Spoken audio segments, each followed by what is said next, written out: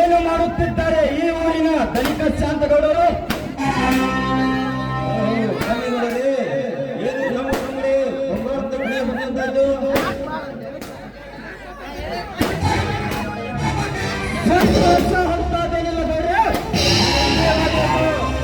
ನಮ್ಮಿಬ್ಬರ ಮಧ್ಯದಲ್ಲಿ ಸಮಸ್ಯೆಗಳನ್ನು ಪರಿಹರಿಸಿಕೊಳ್ಳಲು ಬಂದಿದೆ.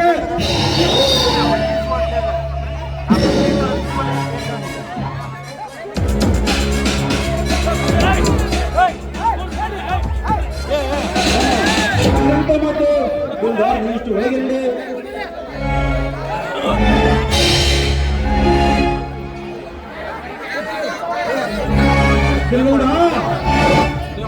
ಮೂರನೇ ತಲೆಮಾರಿನ ನಮ್ಮ ಅಜ್ಜಿ ತಾಯಿಯರು ಇರುವಾಗ ಅಲ್ಲಿಂದ ಇಲ್ಲಿವರೆಗೂ ಹೇಗೆ ನಡ್ಕೊಂಡು ಬಂದಿದೆ ಹೋಗೋಣ.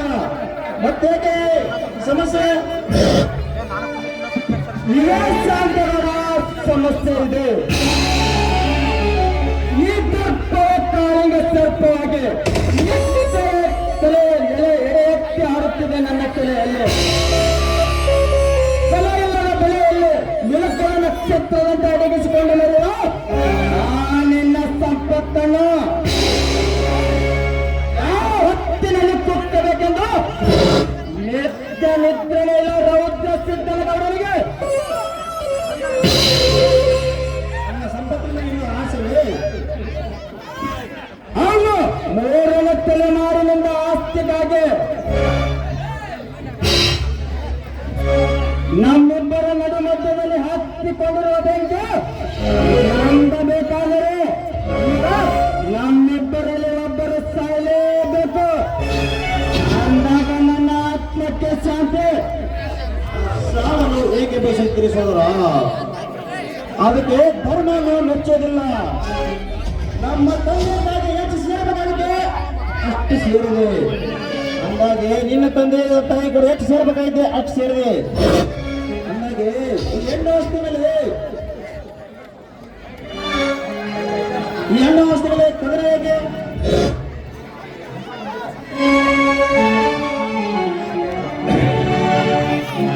ಸಾಧ್ಯವಿಲ್ಲ. ಈ ಸಿದ್ದನಗೌಡ ಆತ್ಮೀಯವನ್ನು ಕಳೆದುಕೊಂಡಿದ್ದಾನೆ.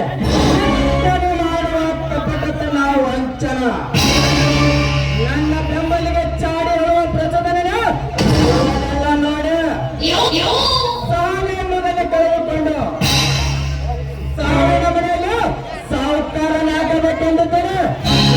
ಮರ್ಯಾದೆಯಿಂದ ಗಂಡು ಮಕ್ಕಳಿಲ್ಲದ ನಿನ್ನಮ್ಮನ ಆಸ್ತಿಯ ಜೊತೆ ದಸ್ತು ಪಾಲುವೊಂದಿಗೆ ನಿನ್ನ ಎಲ್ಲಾ ಸಂಸ್ಥೆಯನ್ನು ನನಗೆ ಬಿಟ್ಟು ಕೊಡು.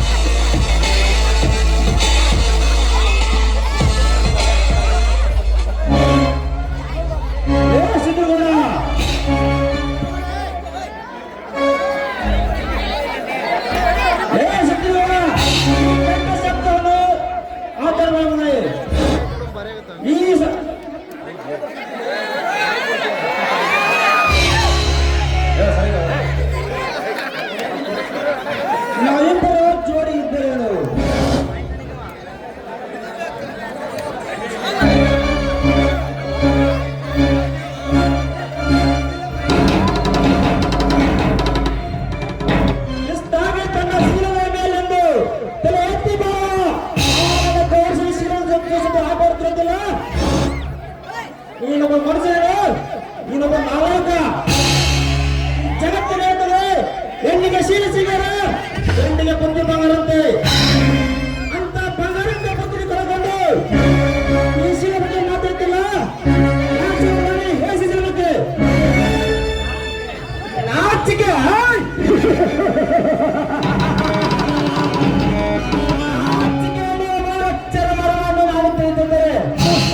ಈ ಕಾರ್ಯಕ್ಕೆ ಕೈ ಹಾಕುತ್ತಿರಲಿಲ್ಲ ಗೌರವ. ಈ ಆಸ್ತಿಗೆ ಸೈ ಹಾಕುತ್ತಿಲ್ಲವೇ?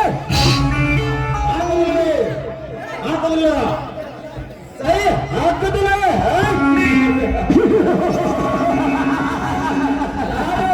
ಮೊದಲನೇ ಬಹುಮಾನಕ್ಕೋಸ್ಕರವಾಗಿ ಇದನ್ನು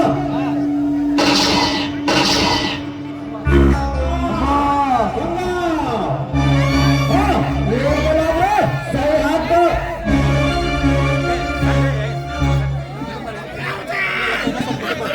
ಮೋಸ ಮಾಡಲೇ ಸಿದ್ಧ, ನಾನೇ ಬದ್ಧ.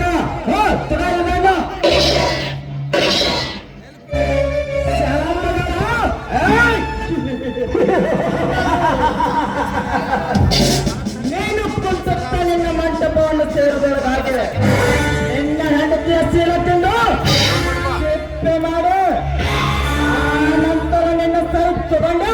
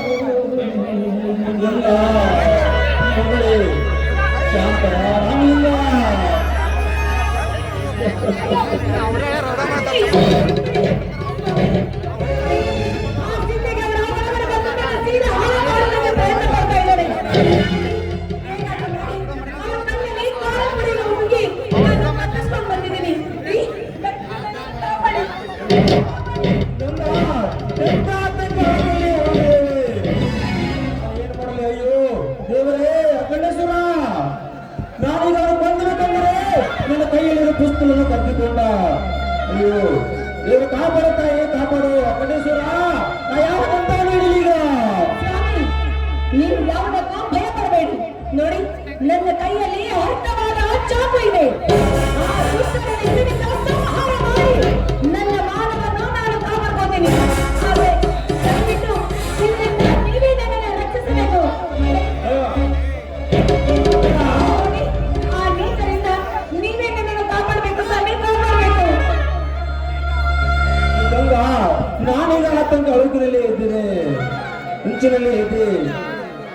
ನಿನಗೆ ಮಾನ ಮುಖ್ಯನೇ ಇಲ್ಲ ಪ್ರಾಣ ಮುಖ್ಯ? ಹೇಳು ಗಂಗಾ, ಯಾಕಂದ್ರೆ ಹೆಣ್ಣಿಗೆ ಶಿವ ಸಿಂಗರ, ಗಂಡಿಗೆ ಬುದ್ಧಿ ಬಂದರೆಂದು. ನನ್ನ ಮಾನವ ಪ್ರಶ್ನೆ. ಹೇಳು ಗಂಗಾ, ಈ ಜಗತ್ತಿನ ಹೇಳ್ತದೆ. ಸ್ವಾಮಿ, ಯಾಕ್ರಿ ಈ ನಿಮ್ಮ ಸತಿ ಮೇಲೆ ನಿಮಗೆ ಅನುಮಾನವೇ? ನೋಡಿ ಸ್ವಾಮಿ, ಈ ನನ್ನ ಪ್ರಾಣವನ್ನು ಕಳೆದುಕೊಳ್ತೇನೆ ವಿನಃ ನನ್ನ ಮಾನವನ್ನು ಕಳೆದುಕೊಳ್ಳುವಂತ ಹೆಣ್ಣು ನಾನಲ್ಲವೇ? ನನ್ನ ಮಾನಕ್ಕಿಂತ ಈ ನನ್ನ ಪ್ರಾಣ ದೊಡ್ಡದಲ್ಲವೇ? ದೊಡ್ಡದಲ್ಲ. ಪ್ರಾಣಕ್ಕಿಂತ ನನಗೆ ಮಾನವೇ ಮುಖ್ಯ, ನನಗೆ ಮಾನವೇ ಮುಖ್ಯ. ಸ್ವಾಮಿ, ಹಿಂದಕ್ಕೆ ನೀವು ನನಗೆ ಮಾತು ಹೇಳಿದ್ರಿ ಗೊತ್ತಾ? ಹೆಣ್ಣಿಗೆ ಸೀಲವೇ ಸಿಂಗಾರ, ಹೆಣ್ಣಿಗೆ ಸೀಲವೇ ಸಿಂಗಾರ, ಗಂಡಿಗೆ ಬುದ್ಧಿಯೇ ಬಂಗಾರ, ಗಂಡಿಗೆ ಬುದ್ಧಿಯೇ ಬಂಗಾರ ಅಂತ ಹೇಳಿದ್ರಲ್ಲವೇ? ಆ ಮಾತನ್ನು ನಾನು ಪಾಲಿಸ್ತೀನಿ ಸ್ವಾಮಿ.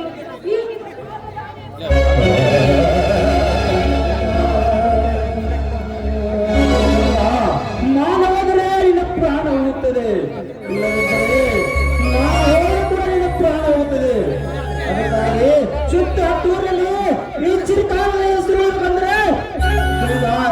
ಇಲ್ಲಿ ಸಾಯಲೇಬೇಕು. ಸ್ವಾಮಿ ಸ್ವಾಮಿ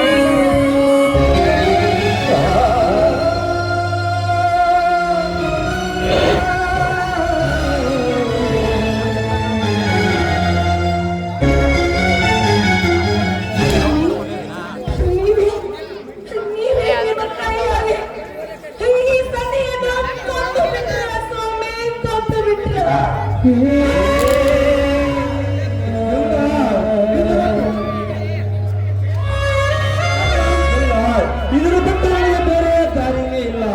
ನಿನ್ನ ಈಗ ಉಳಿಸಿಕೊಳ್ಳಬೇಕಂತ ಕಾದಿದ್ದರೆ ಆ ಶತ್ರು ಕೈಯಿಂದ ನಿನ್ನ ಶೀಲವನ್ನು ಉಳಿಯುತ್ತಿರಲಿಲ್ಲ. ಅದಕ್ಕಾಗಿ ನನಗೀಗ ಕೆಲವರಿಗೆ ಪಟ್ಟ ಕಟ್ಟಿದ್ರು ಕೂಡ ನನಗೆ ಚಿಂತೆ ಇಲ್ಲ ಗಂಗ, ಚಿಂತೆ ಇಲ್ಲ. ಇದು ನನ್ನ ನೇಮ ಮಾನವ ಪ್ರಶ್ನೆ ಇತ್ತು. ಹೆಣ್ಣಿಗೆ ಶೀಲ ಸಿಂಗಾರ, ಇದು ನನ್ನ ಮನೆತನ ಮಾನವ ಪ್ರಶ್ನೆ ಇದು. ಮಹೇಶ್ವರ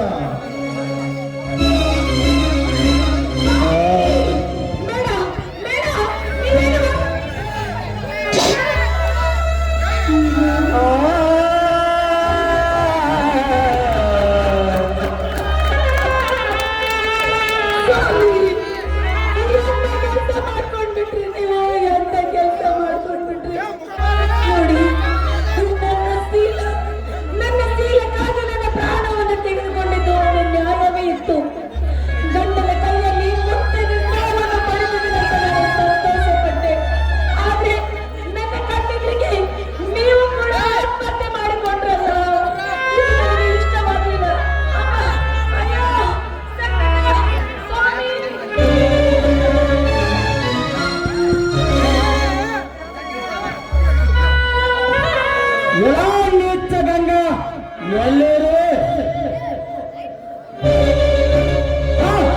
ಏನಿವರ ಎದೆಯಲ್ಲಿ ರಕ್ತ ಯಾರು ತಂದವರು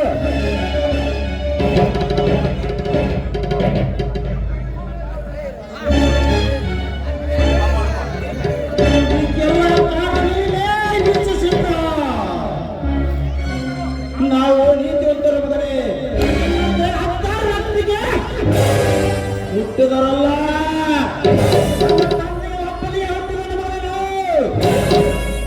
ನನಗಾಯ ಮಾನ ಮುಖ್ಯವಲ್ಲ, ಸಿಂಗಾರ ಶೀಲ ಉಳಿಸ್ಕೊಂಡು ಹೋಗುವ ಮಾನ ಮುಖ್ಯನಿಗೆ. ನಿನಗೆ ಮಾನ ಮುಖ್ಯ ಗರಿಯ ಗರಿಯ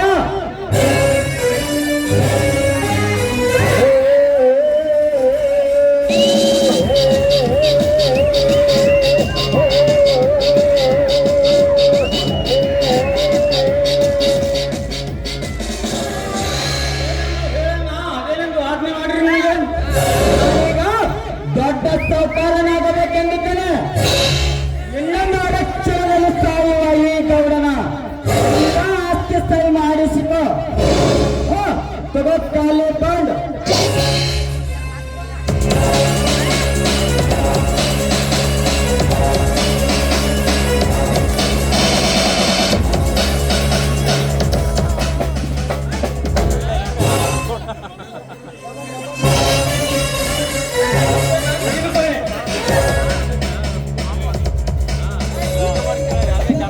ಕೋಟ್ಯಾಧೀಶ್ವರ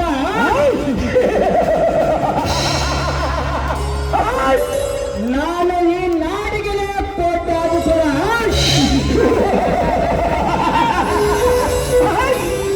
ಸರಿಯ ಈ ಗೌಡ ಈಗ ಹಲ್ಲು ಕಿತ್ತಿದ್ದ ಹಾವಾಗಿದ್ದೇನೆ. ನಾನು ಈಗ ಬದುಕಿರಲೇಬಾರ್ದು. ಬೇಗ ನಿನ್ನ ಕಟ್ಟಿಂದ ಎತ್ತಿ ಬಿಡುವ ಏನಾಗುವಂತೆ.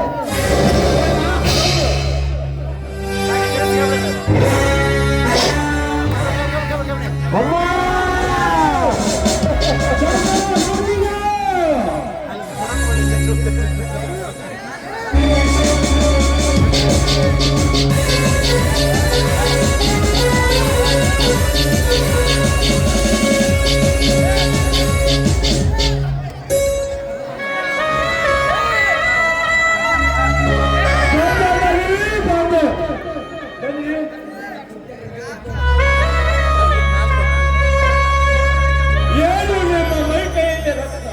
ಯಾರು ನಿಮಗೆ ಹೊಡೆದವರು? ಹೇಳಿ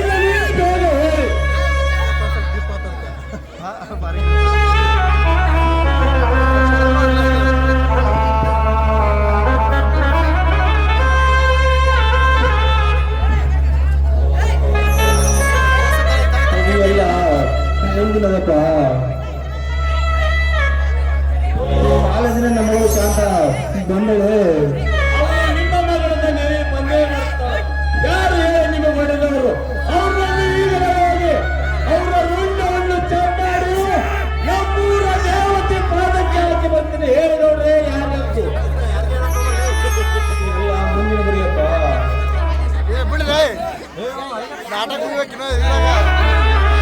ಅದು ಎಲ್ಲ ಮುಂದಿನ ಇರ್ಲಪ್ಪ ಸುವರ್ಣ ಪತ್ರವನ್ನು ತಲ ಹಾಕಿ ಬರ್ತೀನಿ. ನೀನು ಇಲ್ಲಿವರೆಗೆ ನನ್ನ ಸ್ವಂತ ಮಗನಂತೆ ದುಡ್ಕೊಂಡು ಬಂದಿದ್ದಿ. ಆ ಅನಾಥ ಮಗ ಪ್ರವೀಣನಿಗೆ ಶಾಲೆಯನ್ನು ಕಲಿಸಿದ್ದೇನೆ. ತಾಯಿ ಪತ್ರವನ್ನು ಕಲಿಸಿ.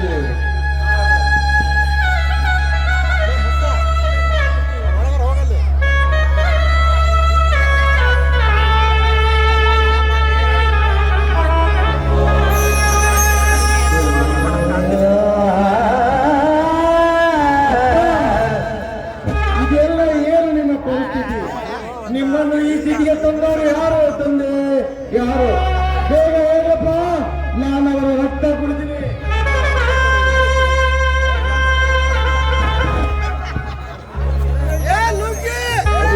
ಮುಂದಿನದಪ್ಪ, ಮುಂದಿನದು ಈ ಧರ್ಮವು ರಕ್ಷಕವು ಆ ರಕ್ಷವನ್ನು ಕಾಪಾಡುತ್ತದೆ. ಅದಕ್ಕೆ ನಮ್ಮ ಎರಡು ಮಾತನ್ನು ಪಾಲಿಸ್ತೀರಾ?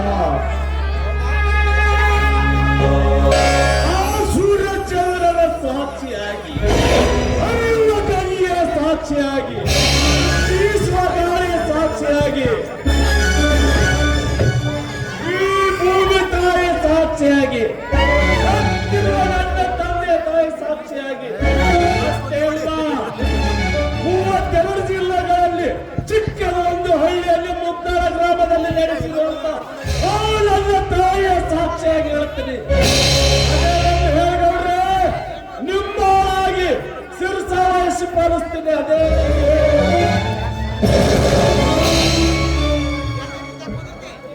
ಆದರೆ ಕಾಲೇಜ್ಗಳು ನಾನು ಒಬ್ಬಳೆ ಮಗಳಿಗೆ ನೀನು ಶಾಂತಳಿಗೆ ನೀನು ಗಂಡನಾಗಬೇಕಪ್ಪ, ನೀನು ಗಂಡನಾಗಬೇಕು.